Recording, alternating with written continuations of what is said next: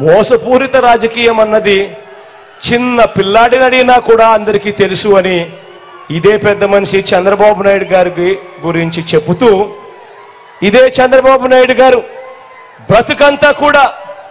తన బ్రతుకంతా కూడా అబద్ధాలే పునాదులుగా మోసాలే అలవాటుగా వెన్నుపోట్లే తన చరిత్రగా సినిమాలలో ఎప్పుడైనా విలన్ క్యారెక్టర్ చూస్తే అది చంద్రబాబు క్యారెక్టర్ కిందనే గుర్తుకొచ్చే కార్యక్రమం జరుగుతుంది చంద్రబాబు నాయుడు చేసిన పనుల వల్ల.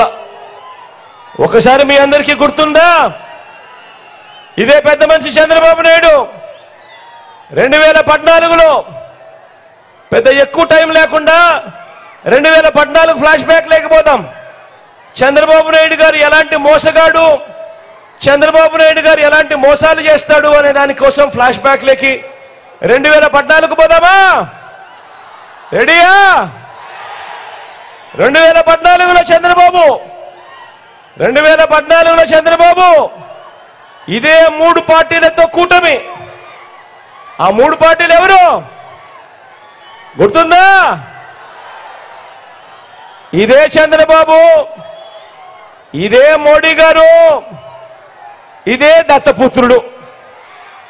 2014లో ఇదే ముగ్గురు కలిసి చంద్రబాబు నాయుడు గారు, వీళ్ళ ముగ్గురితో కలిసి చంద్రబాబు నాయుడు గారు ఎన్నికల వేళ ఇదే ముగ్గురితో ముఖ్యమైన హామీలు అని అంటూ 2014లో ఇంటింటికి చంద్రబాబు నాయుడు ఈ పాంఫ్లెట్ పంపించాడు. అప్పట్లో కూడా వీళ్ళు ముగ్గురే కూటమి.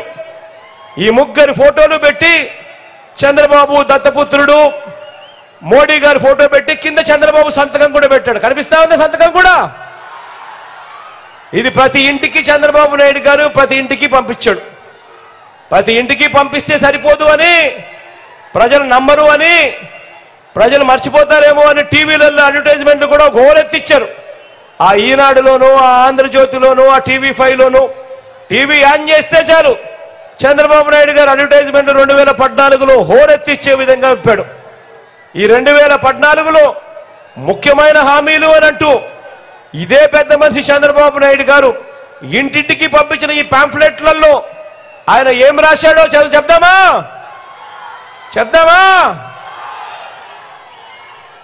రైతుల రుణమాఫీపై మొదటి సంతకం చేస్తాను అన్నాడు.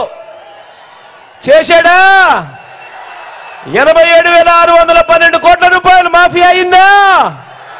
2 చేతులు పైకెత్తారు. ఇలా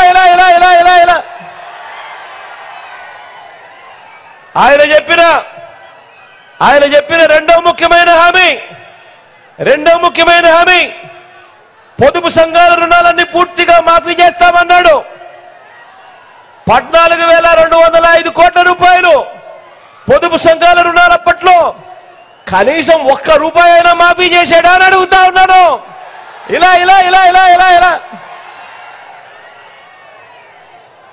మూడో ముఖ్యమైన హామీ 2014లో చంద్రబాబు సంతకం పెట్టి ఇంటింటికి పంపించిన హామీ, ఆడబిడ్డ పుట్టిన వెంటనే మహాలక్ష్మి పథకం కింద 25,000 రూపాయలు బ్యాంక్ అకౌంట్లో డిపాజిట్ చేస్తామన్నాడు.